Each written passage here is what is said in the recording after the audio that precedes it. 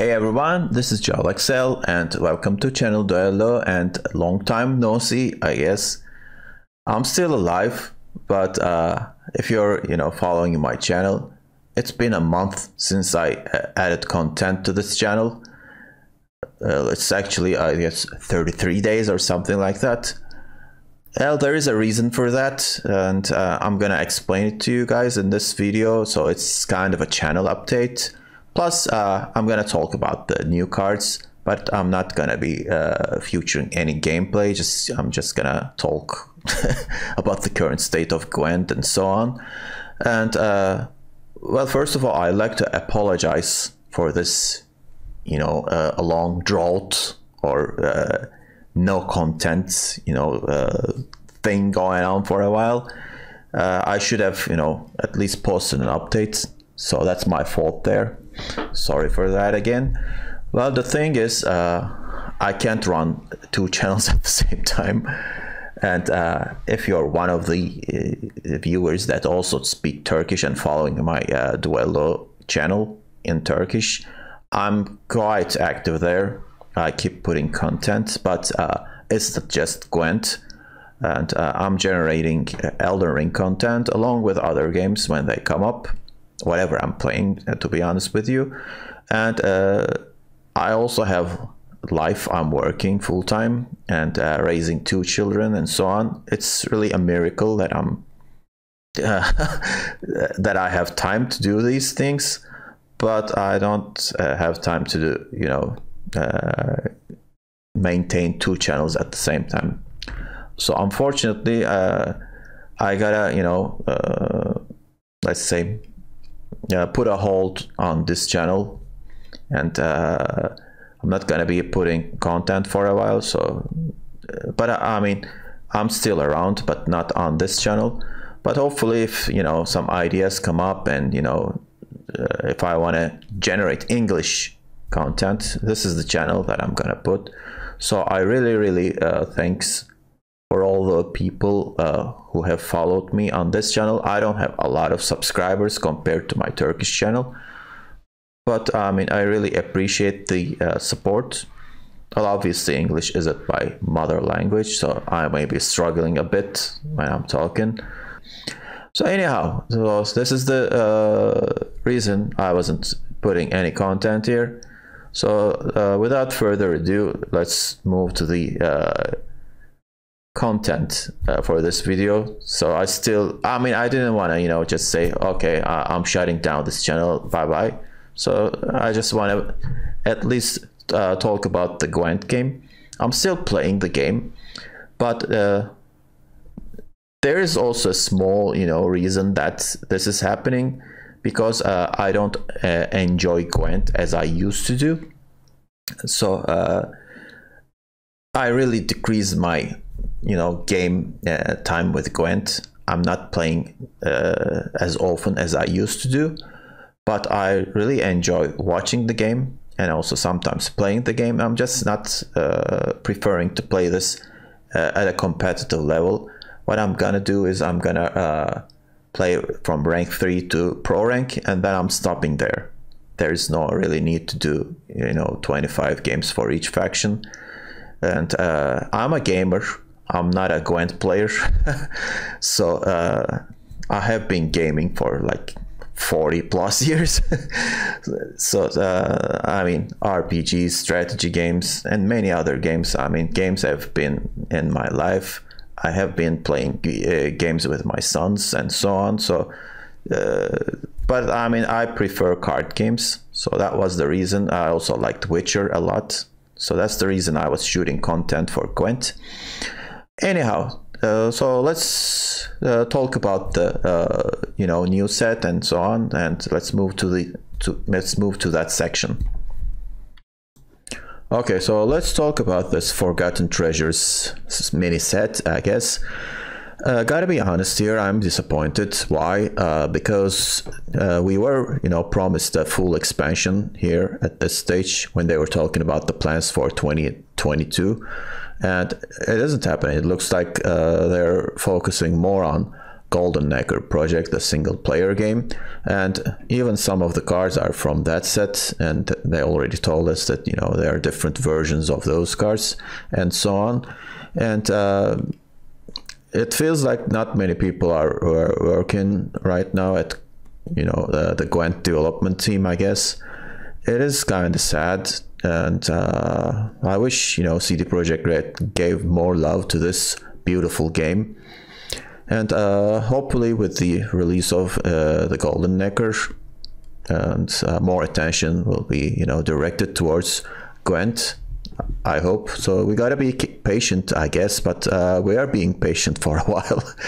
And yeah, it is kind of disappointing, but not frustrating. Okay, so let's talk about the cards here. There are only 20 plus cards in this set, and most of them are neutral cards. And I'm not happy with some of the design decisions here, but also there are some interesting cards, so it is kind of a mixed bag for me.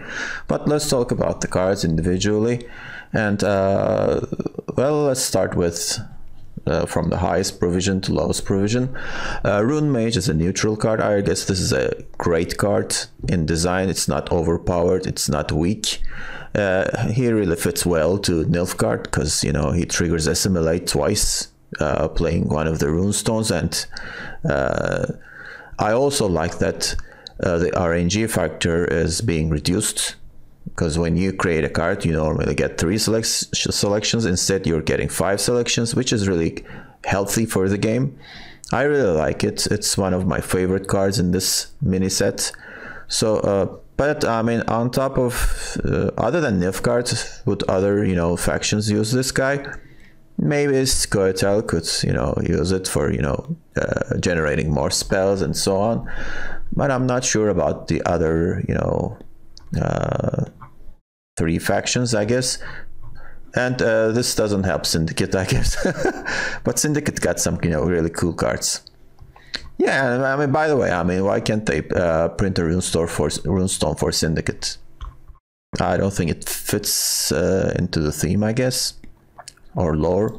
Anyhow, Erendite is one of the most powerful cards in this set. I like the design. It's fair, I guess. And well, the thing is, playing on blue coin is really great with this card, and we needed some cards that benefit from playing blue coin, because the game was, you know, heavily focused on red coin abuse for a while. So it is nice to see a card like this. And the echo value is also great. You can play this twice, and they also, you know, modified one of the cards, and that Lady of the Lake card is, you know, feeding this card, actually tutoring this card. So I'm kind of considering Lady of the Lake a card from this Forgotten Treasure set, although it is a old card. But I mean, she's a tutor for Erendite plus other echo cards. I mean, this is great. I don't think it's overpowered. It's a fair card. So, and as you see, it's not a standard inclusion for all the, you know, archetypes. Some decks really like this card better than others. And then Golden Necker, I think, and Sirinova decks became popular with this.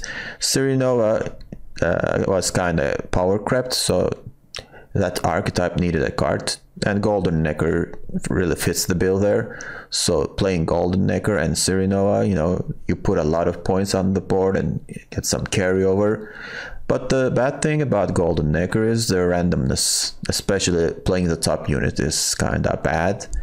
You know, you don't know what you're getting unless you're playing a Fisher King or something like that. But still, I mean, if you want to put a lot of points on the board and you don't care what this card draws, I think it's great. And you also thin out your deck, which really helps with that. But I'm going to talk about the thinning at the end of this video, which I'm not really pleased with it. And, well, anyway, I mean, Golden Necker is a cool card, but I think it's a bit gimmicky. Because, I mean, when you're playing Golden Necker and Sirinova, you cannot, you know, add any cards cost of 10 or higher, and those cards are really game changing, so you're losing a lot of value when you don't add them. Yeah, I mean, you usually win the first round and maybe win uneven most of the time, but I've seen in a lot of games that I played against Golden Necker decks. They always, went nuts in the first round and then proceeded to lose the game. So they kind of run out of gas.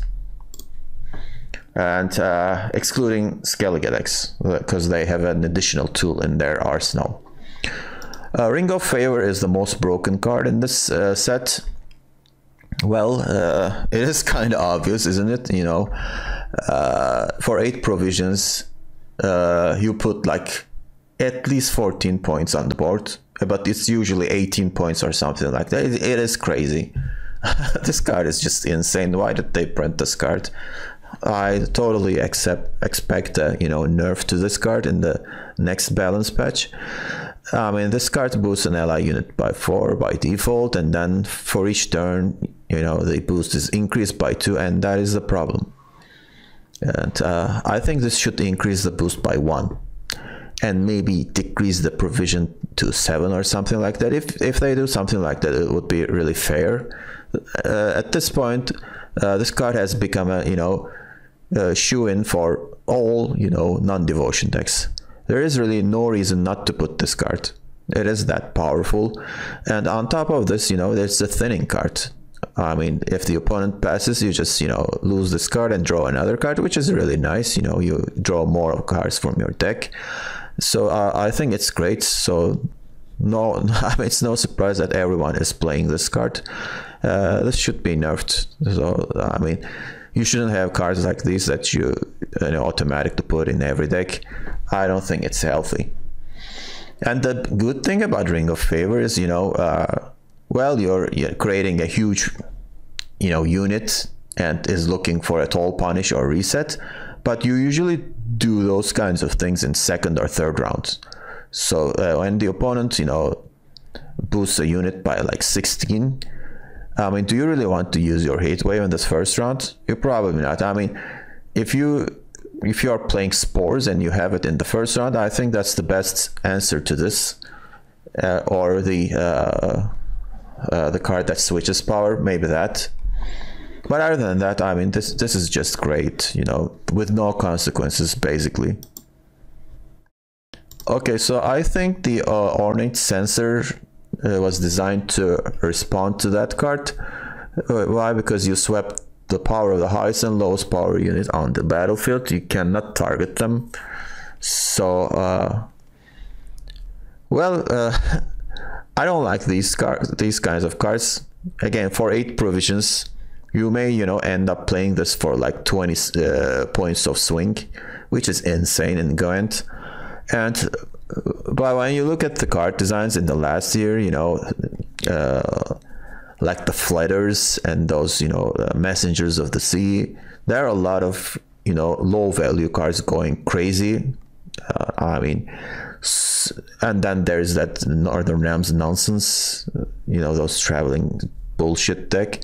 So Ornate Censer, I think, is the answer to those kinds of decks. But do you really want to put this as a meta, as a tech card? Maybe you should, if those decks get really popular. But I don't think it's a healthy card. But at this stage, you kind of need these cards, because the game kind of went out of control. But if you're playing a deck like Elves that can't go too high, you could, always put this. Yeah, and for 8 provision, you're probably gonna get a lot of value. Let's move, and now we're moving into, faction territory. So there are only 2, faction-specific cards, which sucks. It is really disappointing. I wish at least there would be, 40 cards or something. 20 cards is just bad. Magic Compass. I think this is the most broken card, along with the Ring of Favor.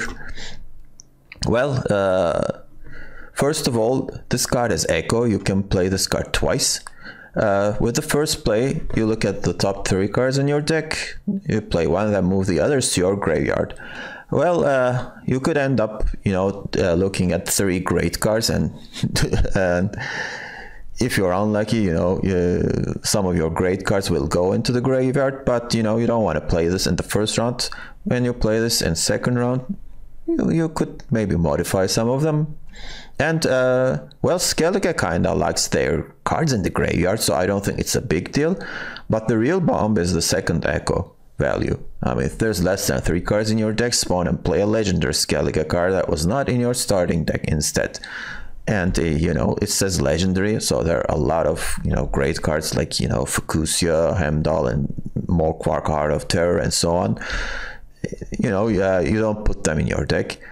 And particularly Lippy, you know, you could play Lippy and not play a Lippy deck, because you know, you draw your Lippy from your Magic Compass, and so on. So this card has huge value. I mean, for 8 provisions, it's just insane, and it is kind of a crazy design. They shouldn't have done this. Again, this is not great for the game. I mean, I have been using this card when I'm playing Skellige, but it doesn't feel like fair to the opponent. That's my 2 cents here. I think this card shouldn't have Echo. You should only be able to use it once.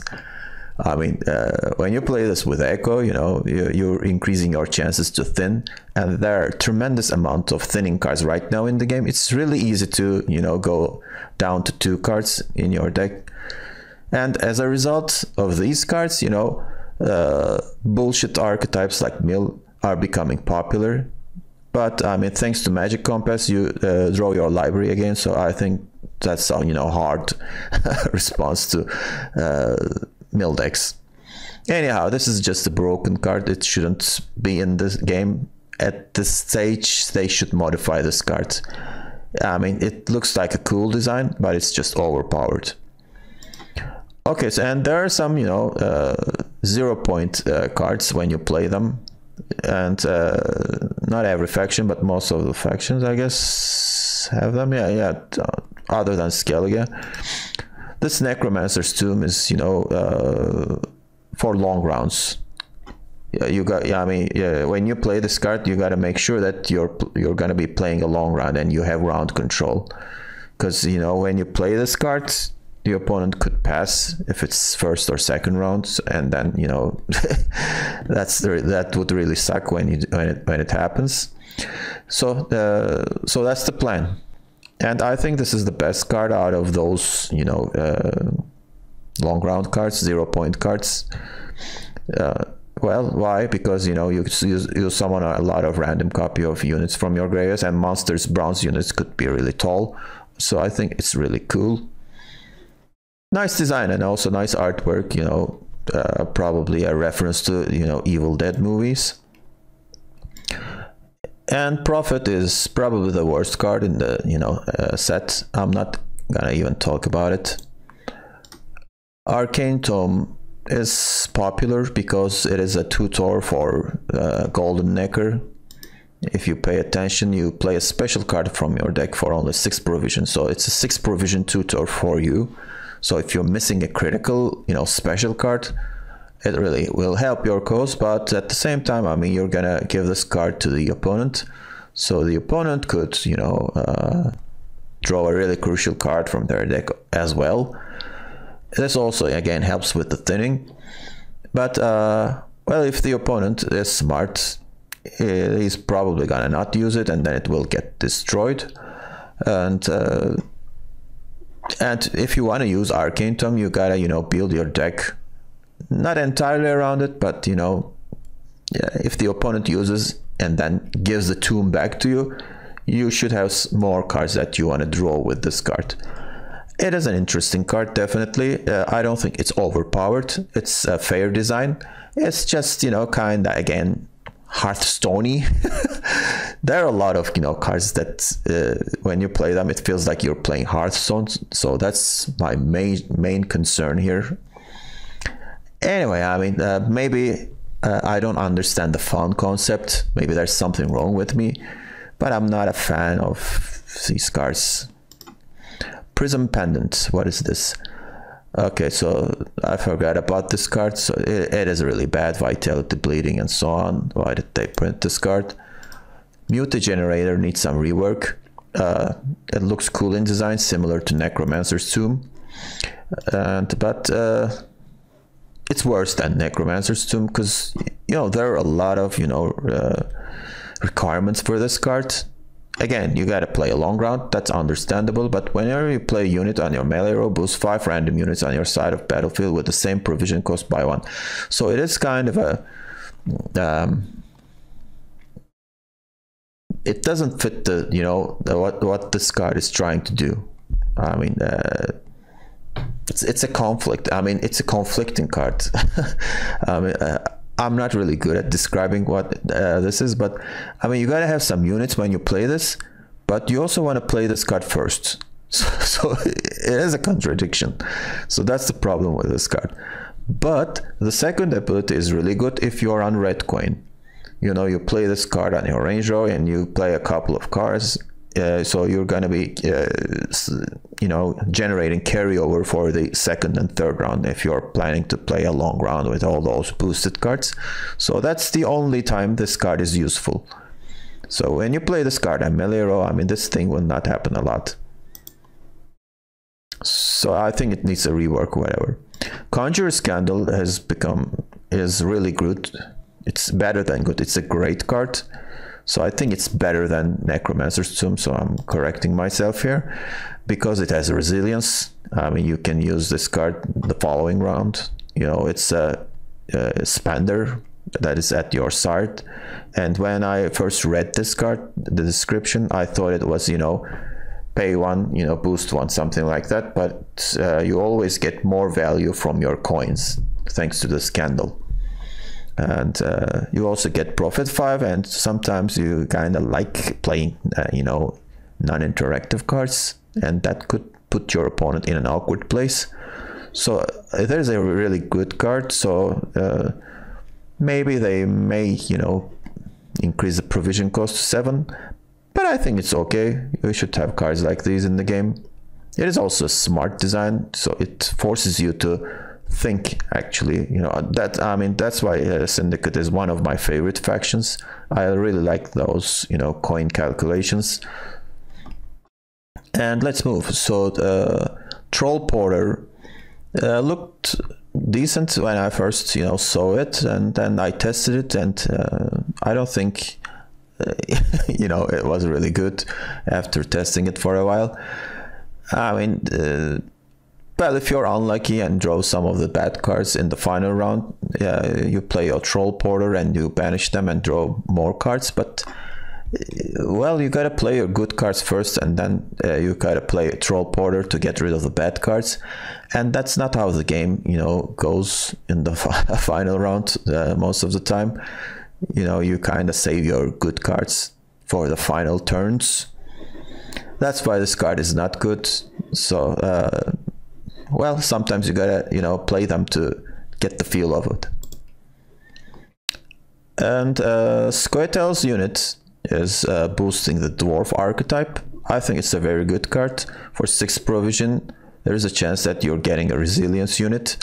This guy also keeps hitting the units. And there are a lot of ping units right now on with dwarves, so I think it's nice. It's not overpowered, so it's really a solid design in my opinion. Mysterious Puzzle Box is one of the most complex cards in the game. I mean, you gotta play to understand what this card does. It's really complicated. I mean, suppose you're a beginner level player. I mean, how are you gonna understand what this card is doing? It's just too much, text on it. I mean, it is, fun, I guess, because, you're betting cards. And I mean, if you're a gambler, you're gonna love this card. So it's basically gambling. But I mean, you could decrease your chances if you're playing this on Adrenaline 3, I guess. So the opponent will have, good cards in his hand. So he doesn't want to, target them, and you have crappy cards, maybe you target them, and if the opponent doesn't target anything, you get a 13-point card, and so on. Well, I mean, it forces you to think, I guess, but at the same time, it is kind of a gambling decision. Okay, I guess, but and it's only 5 provisions, so people don't feel, I mean, don't think it's harmful. But most of the time, I mean, this card could be more beneficial for your opponent than you. I mean, okay, you're putting a Lampkin, but they may be getting a thing from the box, and they could replace a, you know, average card with that, which is really great for them. So, I mean, as you see, there are a lot of risks involved when you're playing this card. I'm not a fan of it. I like, well, I teach safety in my real life, so that's why I'm against these cards. I feel hesitant to play them. Okay, so this card is just very, very, very good. Shade Defender. And great, you know, fit into off-the-books decks because the tribute costs get decreased. I mean, you're generating a lot of value. There's this flexibility. You can put this on melee or range row. Well, there is some RNG involved in it. You know, for provision crimes, there are too many of them. You don't know what you're getting, but you're getting something good. So when you play this, you want to just generate value. So you're not planning to do a specific thing. And this guy generates a lot of value. It's very, very good. And also, I think it's very good design. And right now, it's again, no surprise, we're seeing this guy in maybe all of the Syndicate decks. Highland Warlord is fitting into a single archetype. You cannot play this card outside Warriors plus raids, but when you're playing Warriors, you're always, you know, putting some raid cards in it. So this card boosts them by 1. And if you're also playing the, you know, Warrior boost card, that card that's gonna, you know, alleviate its, you know, low power thing, because when you play them, it's really low tempo, so it may hurt you when you play this if you're on blue coin. But somehow, you know, I tested a deck like this. It worked out really great. I'm really happy with its performance. So I think it's a solid design. Another solid design is Giant Toad. I mean, it really helps with the Death Wish archetype, because it can come out of your graveyard in the following round and consume a, you know, Death Wish unit, which is really nice because unfortunately, Overwhelming Hunger's 2-charge is problem. It should go back to 3-charge and, you know, just eliminate V from the game, so we don't have to worry about him anymore. And leaving V in the game is really unhealthy. It limits design space, and that's their words they're using when they talk about the game. Vial of Forbidden Knowledge is really, really good for only 4 provisions. I mean, you're getting an average 7 or 8 point with this, and on top of that, if both of the players are playing that, you know, you can look at your opponent's starting deck and it's thinning your deck by 1, so it helps both sides, so it feels fair when this happens. But you have to play Non-Devotion obviously to play this, and I think it's a very good card, but it's not as good as, you know, Ring of Favor. So I think it's fair. It doesn't need a nerf or anything like that. Obsidian Mirror is, again, worse than I expected. When I read that, oh, this is great for, you know, assimilate decks, but when you spawn units, it's not triggering assimilate. That's the problem with this. And if it was, you know, triggering assimilate, that would have been great. But it's a tactic, so if you're playing a singleton deck and you're looking for a 4 provision tactic, that's when you play this card, I guess. But it's, you know, it didn't perform well for me. Traveling Priestess is a cancer card. I don't want to talk much about it. I don't like these kinds of decks, and unfortunately, you know, Northern Realms leader ability is becoming a problem, you know, to get the card you want. And what was its name? I keep forgetting it. Let's take a look at it. Yep, Instant Minority, I remembered it. Yeah, this leader is becoming a problem, you know, laying the foundation for, you know, toxic, you know, combo decks that the opponent doesn't really care about or state of the board, and you most of the time watch them do some stupid stuff. And for 4 provision, this is just insane. I mean, again, no surprise, people are, you know, building decks around this card, but when you build the deck around the card, it shouldn't be for provision. That's the problem with this. And plus, you know, you play necromancy, you know, teleportation and stuff, you know. I faced opponents a couple of times, like, you know, they keep playing this card over and over and over and over again. It's really an annoying gaming experience. When you know, experience a game like that, you just want to close the game and, you know, play Elden Ring, I guess. Okay, so these are my thoughts about these new cards. And when you think about the meta, let's talk about the meta for a while after the inclusion of these cards. Well, Monster unfortunately is the weakest link among all the factions. There really isn't a specific, you know, good, you know, deck type in Monsters. Maybe vampires with, you know, Golden Necker. But I don't think it's really powerful without Regis. In my opinion, Regis was a, you know, huge finisher, and you know, in a short round. They don't have that anymore. I don't like it. I tested Calculus with some of the, you know, artifact cards. It didn't work as good as I expected, but it could be a, you know, really good tournament choice. Other than that, well, you could play Wild Hunt, but I mean, it wasn't good before the patch, so they didn't add anything good to this. So it's still a mediocre archetype, unfortunately. Everyone wants it to be better, but it's not happening. Maybe, you know, relics could find some value from, you know, necromancy cards, but it's not working. Well, there's really good potential in Overwhelming Hunger, Deathwish archetype, but V is kind of preventing that. They just need to, you know, rework the leader and also get rid of V. So that's the situation with Monsters, and it's not looking great. With Syndicate, Syndicate is in a good position, but they're not the king of all tiers right now, because I mean, nerf after nerf after nerf. So right now, King of Beggars isn't the best card in the game, and especially the Jackpot Leader ability, this 12 provision bonus is really low when you compare to, you know, Off the Books. So Off the Books is a pretty good choice, and you can play Devotion and play Horson Jr., you know, and there's your, you know, Toll Punish with more LC, and Philippa could be really good in this meta. So I tested this deck a bit a couple of days ago.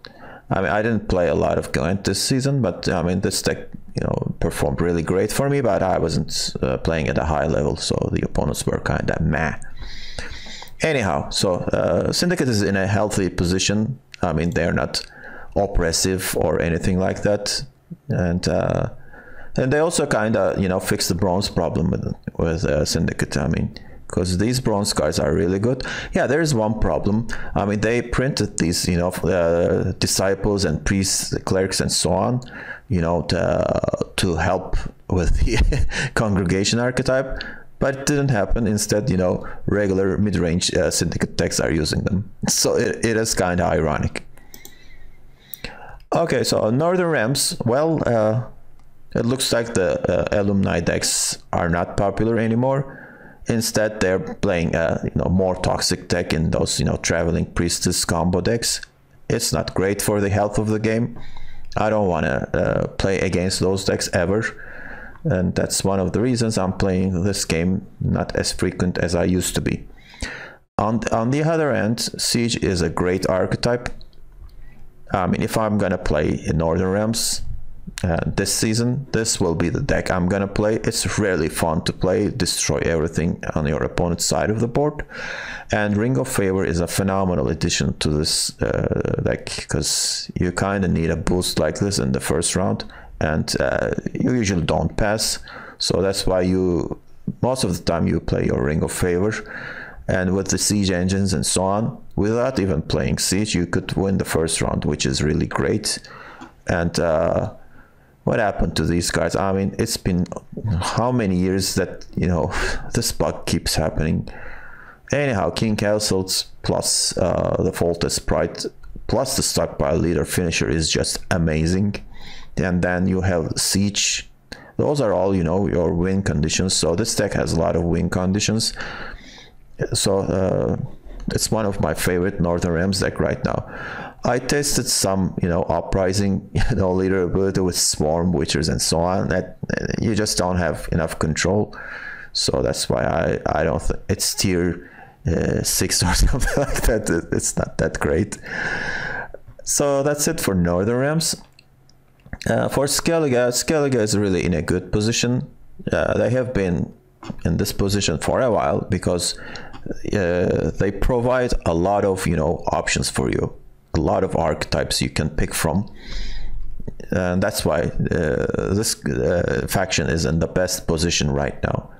And none of them is really just amazing. You know, all of them are very good. Some of them are just better. So that's how each faction should be, but unfortunately Skellige is probably the only faction that fits that bill.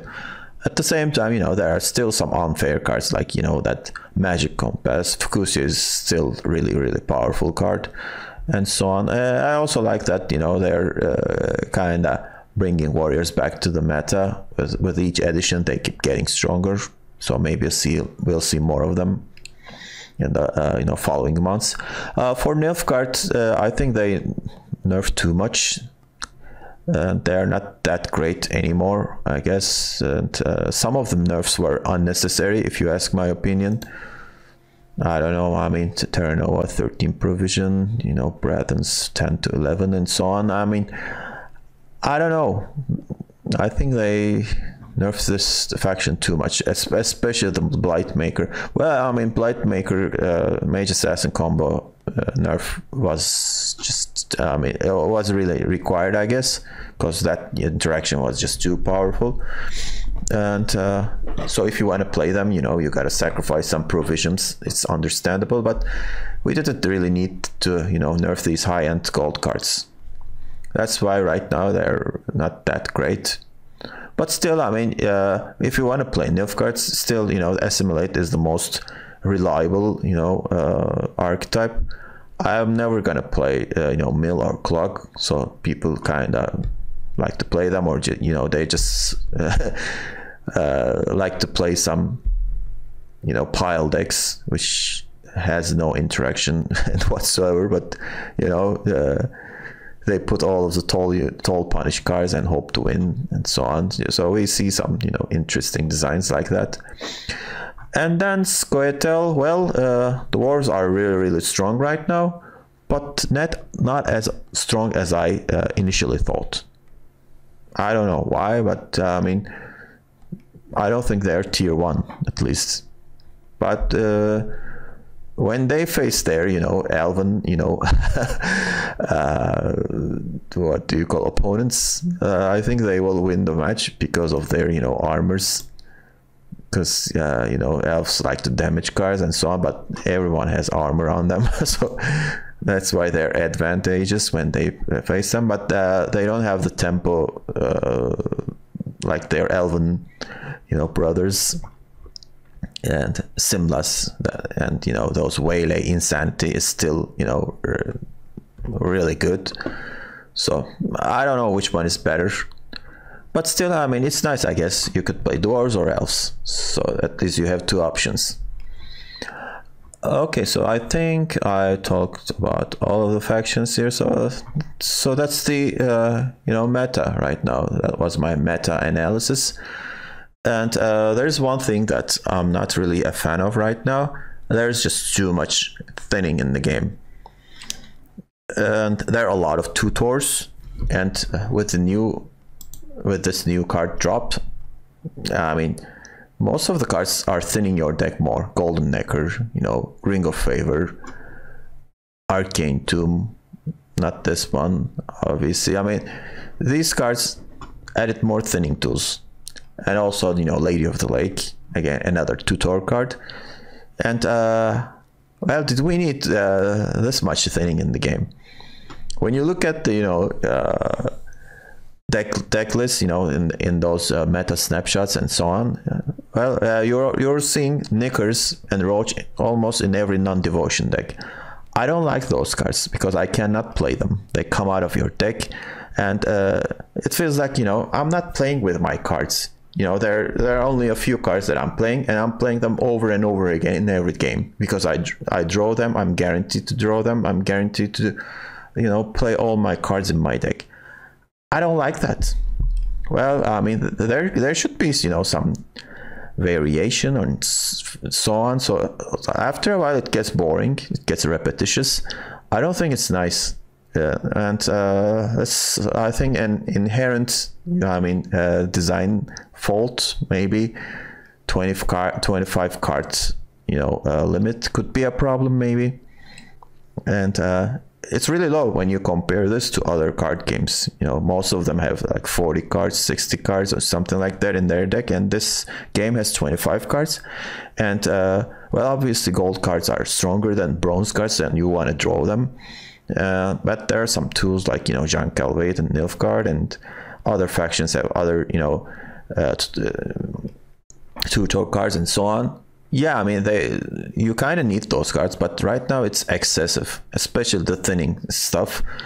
And after a while, you know, all of these games, you know, look the same. And I'm not playing at high level, but if I was playing, you know, with, you know, top level players, every game would feel the same.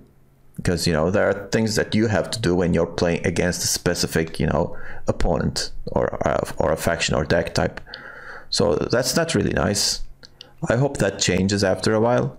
And that's one of the reasons I'm not playing this game as often as I used to do. So, but I mean, I'm not quitting the game. I'm gonna keep playing, just not a lot.